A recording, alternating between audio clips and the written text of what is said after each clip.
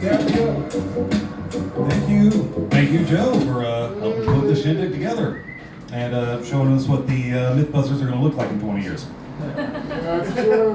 So, before I get started, I just want to thank the Trap for putting this shindig together. I think it's important for, comics to have a place to work on their craft and polish something else later tonight besides, Also, I get to stand here and hold something that reminds me of why we ran out of D batteries when I was growing up.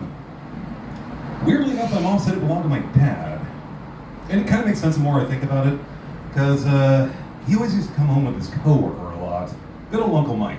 Or, as I once overheard my dad call him, Robocock. Nah, I'm just kidding. No. My dad never cheated on my mom. He was never gay. He died when I was 6.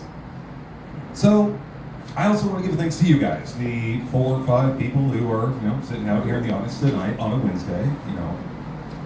You all probably have work. You all had jobs that you probably had to go to.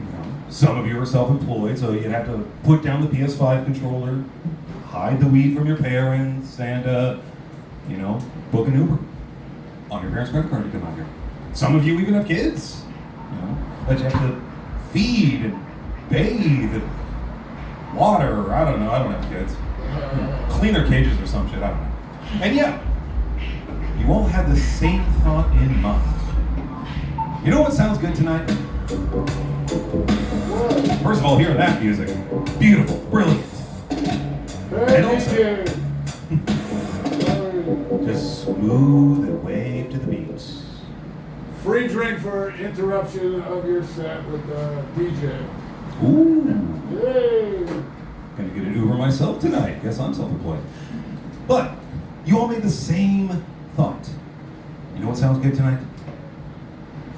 Going out, driving in my car, using what little free time I have, and seeing amateur local clowns with self-esteem problems and daddy issues try to vie for attention and make me laugh for an hour. And if you're going to Laughs Unlimited, paying $20 for parking. But for coming here, I thank you. Now, I like to think my mom raised me right, in between working multiple jobs to raise me and using up all the batteries in the house. So I feel like a proper introduction is okay. My name is James Axman, he, him. I am a 42-year-old white, cisgendered, heterosexual, American-born, carbon-based terrestrial life form. Yeah, I think that's all. Was that a bit much? Maybe. But these days I think it's important to be thorough.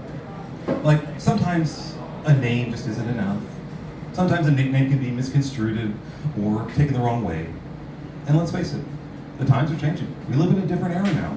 We live in an age where there are more titles, pronouns, genders, and sexual proclivities than there are Pokemon, and you gotta learn them all. Alright? The term Transformers no longer applies to an action figure toy line of giant robots, but now also to Caitlyn Jenner, and that's okay, because the times are changing. And that's okay. Change is one of the biggest contradictions of existence when you think about it. Change is, ironically, one of the 4 constants in life. Right there up with death, taxes, and the endless wave of news of Taylor Swift. Because that assless wonder just won't quit. But I'm trying. I'm trying to adapt to change. I am. I like to joke. I like to meander.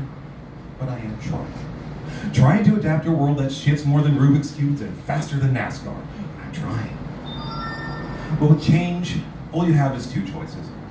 You can either ride with the tides, swim with it, or try to swim against it and get pulled down. And when you're pulled down, something else is going to happen to you.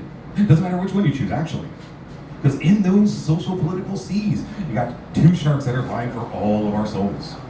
We've seen these sharks before, I'm sure, in some way, shape, or form or another. The red shark from the right seas, the blue shark from the left seas, all vying for our judgments and trying to influence whether our next car is going to be a pickup truck or a Prius. But even those sharks have changed, haven't they? The red shark swam so goddamn close to the sun. I don't know how it swam there. You figure it would fly, but science is amazing. So close that it got so goddamn burnt it turned fucking orange. Just cooking all the scales on his body. And the scales on his head just burnt completely off. So it had to wear a yellow seaweed toupee to cover it up, allegedly. Hell, it got so cooked that its fins fucking shrank, though it still claims that they're huge, ginormous. And yet, it must have swam up to the Arctic to try to cool itself down. because it somehow acquired cryo powers. Because there's just ice following no matter where it goes. And it just throws this ice wherever it's not wanted. And the blue shark's undergone some changes too. It opened its third eye so wide and took in so much of the spectrum that it now shines brilliantly and fabulously with all the colors of the rainbow, including colors, some of them that we've never even seen before. Coming soon to Crayola Crayon Box near you. Melanin, Latinx, autism, and whatever the fuck the rock is, I'm not sure. Some people say Simone, I call bullshit. He's at least part black and Klingon, at least. And maybe a hairless Chewbacca in there somewhere, I gotta imagine. But these sharks, they have different behaviors now. The rad shark, wants to make the oceans great again by starting a war with the sea lions and raising the price on boat fuel. Because apparently, according to our orange emperor of the seas, that makes sense. But hey, whatever works for him. And the blue shark wants equal rights for the sea horses to be whatever gender they want when they give birth. Or no birth at all. Or no gender at all. Leave it up in the air. Also, can we please have full healthcare reform in these great vast oceans of ours so that the octopuses can suck those little bastards out? What does our orange emperor say over there? No, you made it. You deal with it. But hey, that's just change for you.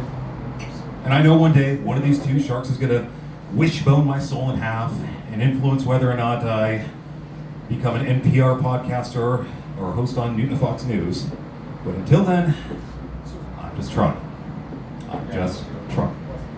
I really don't have an end to all this, so I'm just gonna conclude by saying your winning lottery numbers are 5, 15, 3, 65, and 17. I now return you to actual comedy over in progress.